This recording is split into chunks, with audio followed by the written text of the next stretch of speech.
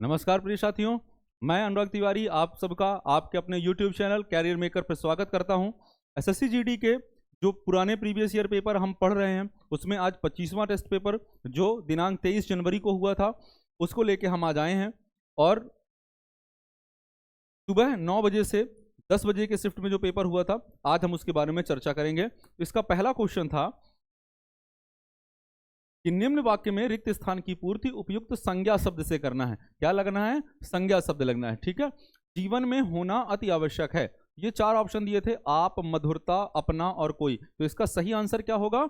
आप, मधुरता होगा। तो इसमें आंसर क्या हो जाएगा? मधुरता। ठीक है। तो यहाँ पे क्या आ जाएगा? मधुरता। ठीक है ना। और संज्ञा के बारे में जब अपन क्लास में विस्तृत तौर पे पढ़ेंगे तब अपन वहां पे संज्ञा, सर्वनाम, विशेषण, क्रिया विशेषण सभी के बारे में विस्तृत तौर पे पढ़ेंगे। ठीक है। चलिए अगला क्वेश्चन देखते हैं। निम्न मुहावरे के लिए उपयुक्त अर्थ क्या होगा? इसमें क्या निकालना है? इसका अर्थ निकालना है। उल्टी गंगा बहाना। क्या लिखा है? उल्टी गंगा बहाना। तो उल्टी गंगा बहाना एक बहुत सा सामान्य मुहावरा है जो आप कक्षा 6वीं से लेकर 12वीं के बीच में कई बार उपयोग भी किए होंगे या आपने बहुत बचपन में सुना भी होगा। उल्टी गंगा बहाना का अर्थ होता है नियम के विरुद्ध कार्य करना। क्या होता है? नियम के विरुद्ध काम करना। इसका आंसर हो जाएगा। अगले क्वेश्चन पे आए। अगला क्वेश्चन था कि नीचे दिए गए वाक्य में रेखांकित अंश के स्थान पर सबसे उपयुक्त विकल्प कौन सा होगा? हमें अपने माता पिता की शुश्रूषा करनी चाहिए। ठीक है ना, शुश्रूषा करनी चाहिए। तो इसका क्या हो जाएगा आंसर? सेवा। सेवा और शुश्रूषा। ठीक है, तो ये इसका आंसर हो जाएगा। अगला क्वेश्चन है कौरवों के चक्रव्यूह के कारण अल्पायु में अभिमन्यु को वीर गति मिली। क्या मिली? अल्पायु में अभिमन्यु को वीर गति मिली। वाक्य में प्रयुक्त अल्पायु का विलोम। अल्पायु का मतलब होता है, अल्प मतलब कम, आयु मतलब जीवन। तो कम जीवन का विलोम क्या होगा?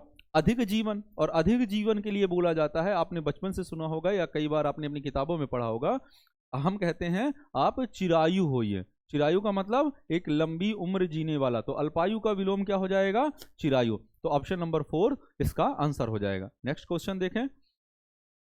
निम्न वाक्य में रेखांकित शब्द के स्थान पर सर्वोचित विकल्प चुनिए। सूखा पड़ गया है इसलिए इस बार हरियाली कम है। क्या कम है? हरियाली कम है। तो इसमें रेखांकित शब्द क्या था? हरियाली। तो हरियाली का विलोम चुनना है। ठीक है ना। तो फसल कम है, समृद्धि कम है, उत्पादन कम है और मेहनत कम है। तो इस बार फसल कम है। ठीक है ना। हरियाली के लिए क्या आएगा? उपयुक्त शब्द फसल कम है। ठीक है। चलिए अगला क्वेश्चन है निम्न वाक्यांशों के लिए उपयुक्त शब्द का चयन विकल्पों में से कीजिए। बिजली की तरह चमकने वाला। पहला ऑप्शन था विद्युतगामी। विद्युतगामी होता है बिजली की रफ्तार से चलने वाला।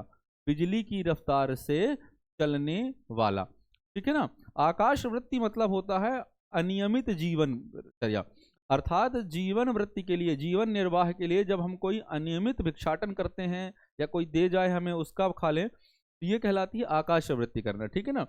जाजुल्यमान शब्द जो है वो भी बिजली की तरह चमकने वाले से मतलब नहीं है। तो इसका आंसर होगा विद्युत प्रभ। क्या होगा? विद्युत प्रभ। ऑप्शन नंबर 2 विद्युत प्रभ इसका आंसर होगा। ठीक है। अगला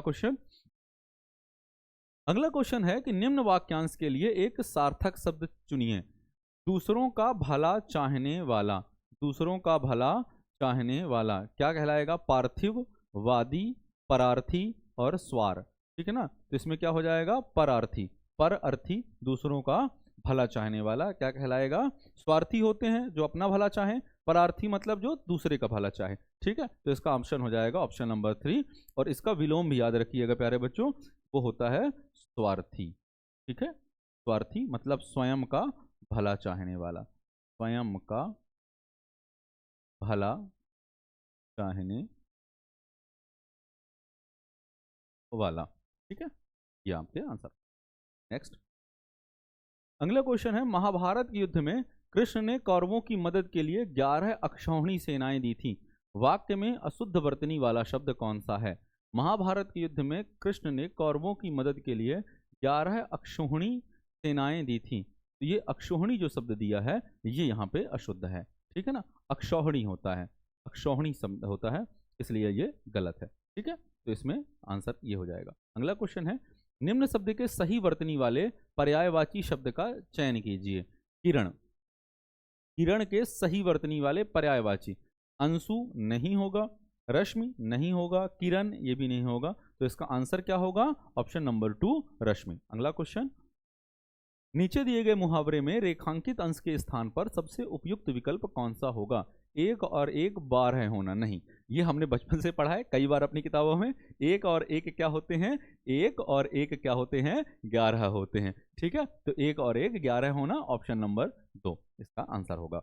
अगला, उसने तरह तरह के चमड़े के जूते खरीदे, उपरोक्त वाक्य का शुद्ध रूप क्या होगा? उसने तरह तरह के, ठीक है ना, ये गलत है, उसने तरह तरह नहीं आएगा। तो उसने चमड़े के अलग अलग जूते खरीदे, वह तरह तरह के चमड़े के जूते खरीदे, उन्होंने तरह तरह की चमड़े जूते खरीदे, उसने चमड़े के तरह तरह के जूते खरीदे, तो ये तीनों ऑप्शन जो हैं वो गलत होंगे। इसने क्या होगा? इसने चमड़े के अलग अलग जूता खरीदा। ठीक है, इसका ये आंसर हो जाएगा।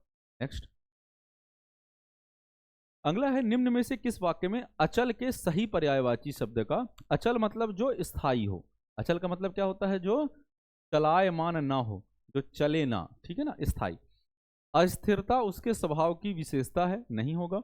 उसके चित्त की अवस्था दोलायमान थी, ये भी नहीं होगा। वह अपने निर्णय पर अटल रहा।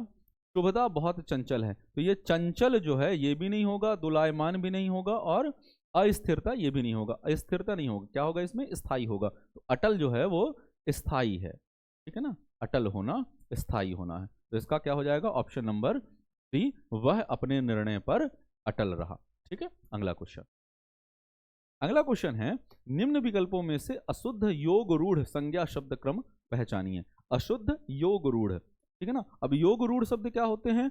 जो बने तो योग से हैं, पर अब उनका उपयोग कैसे होने लगा है? रूढ़ शब्दों के रूप में होने लगा है, इसलिए उन्हें क्या कहा जाता है? योग रूढ़ शब्द कहा जाता है।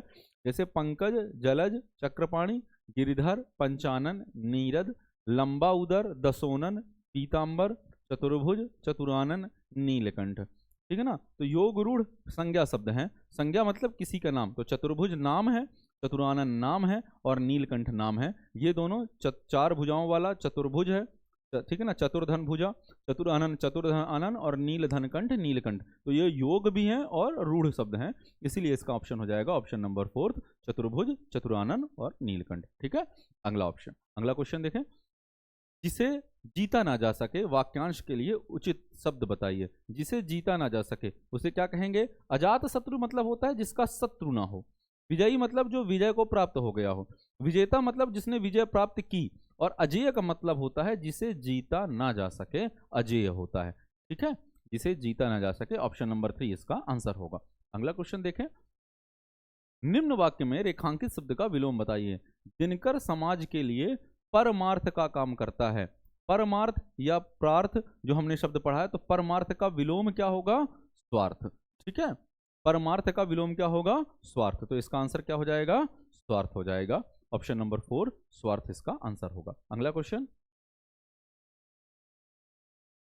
प्रश्न 1 से 5 तक के उत्तर निम्नांकित गद्यावर्ण के आधार पर दीजिए। संसार के समस्त जीवों में मनुष्य को श्रेष्ठ माना गया क्योंकि वह अन्य जीवों की अपेक्षा अधिक बुद्धिमान या बुद्धिजीवी और विवेकशील है। बुद्धिमान और विवेकशील है या बुद्धिजीवी और विवेकशील है? तो बुद्धिजीवी और विवेकशील है। आंसर क्या होगा इसका? पहला यहां पे आ जाएगा बुद्धिजीवी। ठीक है, बुद्धिजीवी और विवेकशील है। वह केवल वर्तमान की ही नहीं सोचता बल्कि भविष्य के बारे में विचार करता है। वह केवल अपनी ओर ध्यान नहीं देता वरन दूसरों को भी ख्याल रखता है। उसमें उचित और अनुचित का ज्ञान कराने वाली बुद्धि होती है। इसी आधार पर बुद्धि के दो पक्ष हैं, एक सुबुद्धि और दूसरी दुर्बुद्धि। सुबुद्धि की बड़ी महिमा है, इसी को सुमति अर्थात अच्छी मति कहते हैं। जब तक मनुष्य में सुमति रहती है तब तक उसमें अच्छे बुरे का विवेक भी होता है। बहुत बड़ा पैरा था ये। जब वह सुमति से हटकर कुमति या दुर्बुद्धि में आ जाता है तब वह बुरे एवं अनुचित कार्यों में लग जाता है। अब इसमें अगला क्वेश्चन आएगा 17वां नंबर, कि जब वह सुमति से हटकर कुमति या दुर्बुद्धि में आ जाता है तब वह बुरे एवं अनुचित कार्यों में लग जाता है। सुमति के द्वारा ऐश आराम की भी प्राप्ति होती है? नहीं, ये नहीं होगा। विपत्ति की प्राप्त होती है? नहीं। संपत्ति की प्राप्त होती है या भोग विलास? तो भोग विलास भी नहीं होगा। किसकी प्राप्त होती है? सुमति के द्वारा संपत्ति की भी प्राप्त होती है। संपत्ति, संपत्ति की भी प्राप्त होती है, अर्थात उसे धन, सम्मान, स्त्री पुत्र आदि का सुख मिलता है। इन सभी की प्राप्ति विवेक अथवा सुबुद्धि द्वारा संभव है। अगला ऑप्शन आएगा इसमें, जो लोग मिलजुल कर और ईमानदारी से कार्य करते हैं उन पर लक्ष्मी की कृपा होती है। किससे? जो ईमानदारी से काम करते हैं उन पर लक्ष्मी की कृपा होती है, उन्हें सभी की ओर से आदर मिलता है। इससे उनमें ऐसी शक्ति पैदा होती है जिसमें से वे देश, जाति और परिवार को गौरवमयी बनाते हैं। सुमति ही सफलता की जननी है। जीवन में वही व्यक्ति सफल होता है जो कठिन से कठिन परिस्थितियों में अपनी बुद्धि पर विश्वास रखता है तथा परिश्रम, ईमानदारी और विवेक से काम करता है। सभी का आदर करना, बड़ों के प्रति अप्रिय न बोलना, सभी से नम्र, और अब इसमें आएगा अगला ऑप्शन, सभी से नम्र और उदार बने रहना। ठीक है ना? क्या होगा? उदार बने रहना। उदार बने रहना सुमति के अंतर्गत आते हैं। ऑप्शन नंबर 3 हो जाएगा। सुमति के अंतर्गत आते हैं। जहां सुमति नहीं रहती वहां दंभ, अहंकार, क्रोध और अधैर्य का साम्राज्य रहता है। सुमतिहीन लोगों से संपत्ति भी, इसमें ऑप्शन नंबर 5 आ जाएगा कि सुमतिहीन लोगों से संपत्ति भी क्या होगी? सदैव दूर रहती है। ठीक है ना? क्या हो जाएगा? सदैव। यहाँ पे लास्ट में क्या आ जाएगा? सदैव दूर रहती है और वो विपत्तियों में घिरे होते हैं। ये अपने प्रश्न नंबर 20 तक जो पिछले साल आए थे ये अपन ने पढ़े। ठीक है, तो अब आगे अपन अगला फिर से एक सेशन लेके आएंगे। और आपके लिए एक सूचना यह भी है कि जल्द ही एसएससी जीडी का लाइव क्लासेस जो हैं वो चालू होने वाली हैं, तो आप लोग बिल्कुल तैयार रहें। आप लगातार हमारे चैनल से जुड़े रहें। यदि आपको हमारा पढ़ाना अच्छा लगता है तो हमारे चैनल को अधिक से अधिक लाइक, सब्सक्राइब और अपने दोस्तों के साथ शेयर जरूर करें। धन्यवाद।